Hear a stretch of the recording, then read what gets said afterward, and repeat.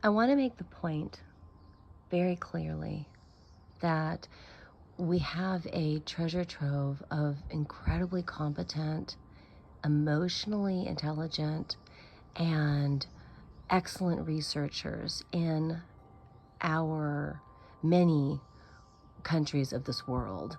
But I'm going to talk right now about that treasure trove of individuals in the United States of America in particular. And these are homemakers who can be fathers and husbands, but oftentimes, more often than not, are wives and mothers.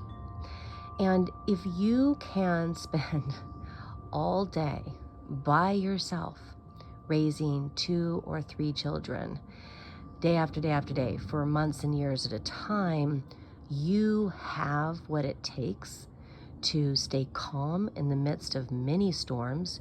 You are loaded with emotional intelligence, as well as the fact that most women who are going to choose to commit themselves to the incredibly important work of raising the next generation are both plenty intelligent, matching anyone out there who's pursuing a career and working for a paycheck. And they also tend to have a special type of moral integrity and the capacity to put off their own personal satisfaction for for lack of a better word, for the importance of what they're doing, which is in service to others, which is in service to their spouse, their community, their children. And so they really bring so much to the table. And one thing what I've noticed, which is interesting, and I hope a lot of other people will notice it more and more, is that everyone from Peter McCullough and Pierre Corey and Bobby Kennedy, or RFK Jr., as more people know him, these people have gone on record explaining how they, as men in the world,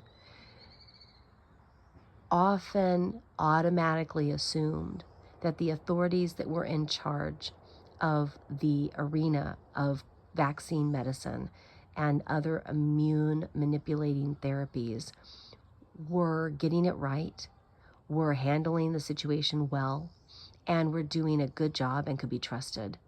And all of them, and a couple other people, there's a great doctor recently who was explaining, he's a pediatrician, and he said, mothers that come in to see me know so much more than I do. I can spend an hour a day reading up on vaccine literature that comes down from the authorities in the world of medicine.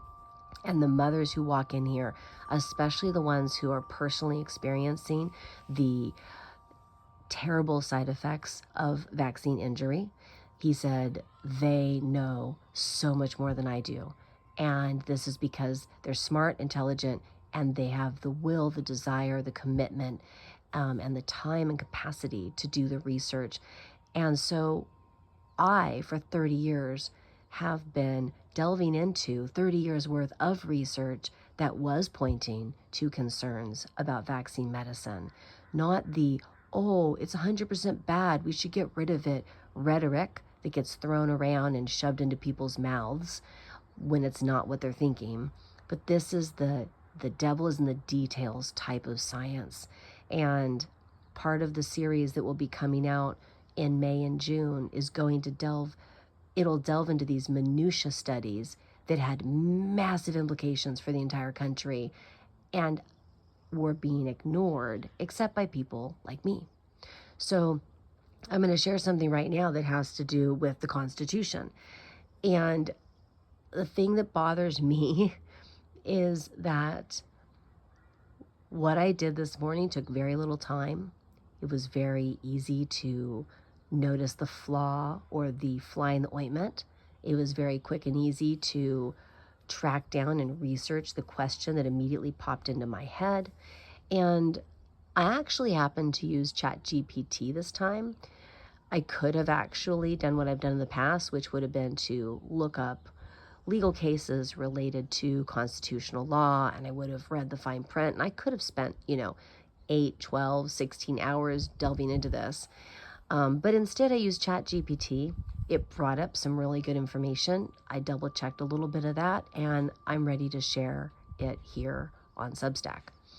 So my main point is that, first, related to this meme, which is going to get a lot of people all hot and excited and bothered, and they're going to feel all self-righteous, and yet it's deeply flawed, it's inaccurate, and it's not worth someone getting upset about because it's not truth.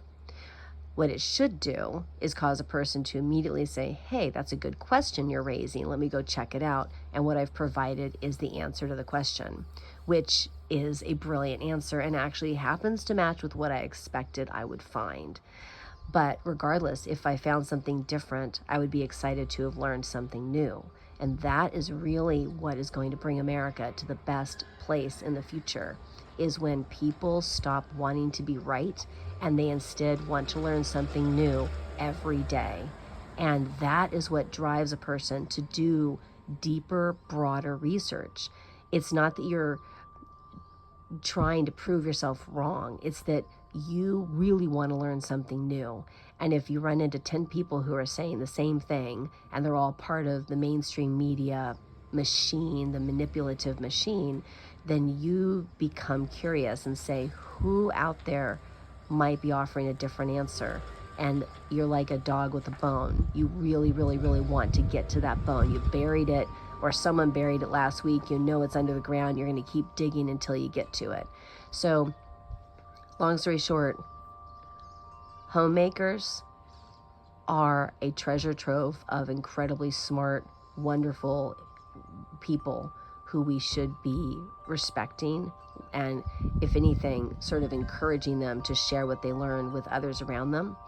And we have great evidence that homemakers really did figure things out when it came to vaccine medicine, and I'm sure on other topics. Homeschoolers know so much about educating their children that they are the equal in a conversation with someone who is college trained to walk into the public school system and become a part of that machine. And once again, over and over, our thoughts matter. We, the people, our thoughts matter. We do not need to have letters after our name. We do not need a fancy title. We do not need to be earning a paycheck to bring value to the table. Enjoy the Substack.